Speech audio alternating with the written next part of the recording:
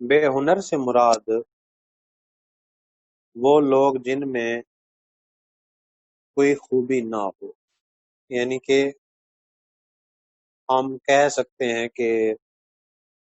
جاہل، فضول، اہل ہنر جنہیں اللہ نے خوبیوں سے نوازا، یعنی کہ با کمال شخص۔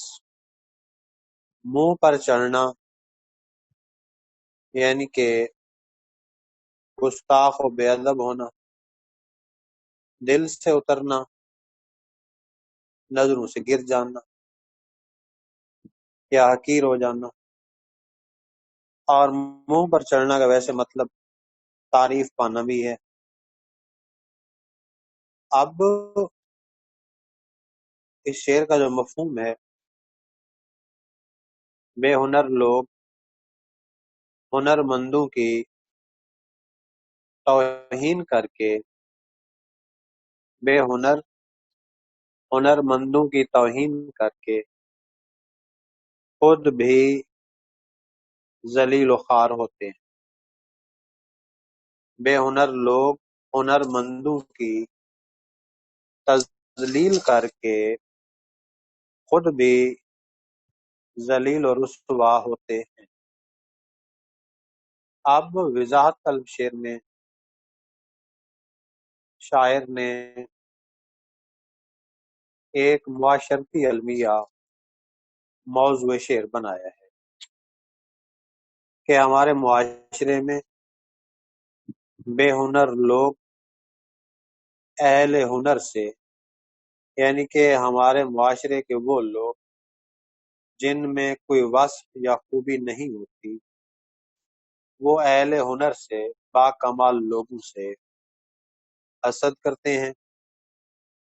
اور بے ہنر لوگوں کو با ہنر لوگوں کی، اہل ہنر لوگوں کی مخالفت مقصود ہوتی ہے۔ تو یہ بے ہنر لوگ، یہ اوصاف سے خالی لوگ جا بجا اہل ہنر کی توہین کرتے ہیں، تذلیل کرتے ہیں، یعنی کہ بے ہنر لوگ بے ادبی اور گستاخی اختیار کرتے ہیں، کیونکہ بے ادبی اور گستاخی بے ہنر یا جاہل لوگوں کا شعار ہوتا ہے، طریقہ ہوتا ہے۔ مگر اس بے ادبی اور گستاخی کا نتیجہ خود بے ہنر لوگوں کے حق میں برا ثابت ہوتا ہے، کیونکہ بے ہنر لوگ اپنے ان مذموم حرکات کی وجہ سے لوگوں کی نظروں سے گر جاتے ہیں۔ جہاں تک اہل ہنر کا تعلق ہے، اہل ہنر ہمیشہ اپنی صلاحیتوں کا اظہار معاشرے میں کرتے رہتے ہیں۔ معاشرہ یا لوگ اہل ہنر کو اچھی طرح جانتے ہیں، پہچانتے ہیں اور ان کی ہنر مندی کو خوب سمجھتے ہیں۔ مگر اس کے برعکس دوسرے لوگ جو کہ بے ہنر ہیں، تو بے ہنر لوگوں کی بے ادبیوں کو، گستاخیوں کو، مذموم حرکات کو بھی یہ معاشرہ دیکھتا ہے۔ اس لیے معاشرہ آخر کار بے ہنر لوگوں کی ان حرکات کی وجہ سے نفرت کرنے لگتا ہے۔ جیسا کہ ایک بڑا ہی عمدہ شعر ہے، فنکار ہے تو ہاتھ پہ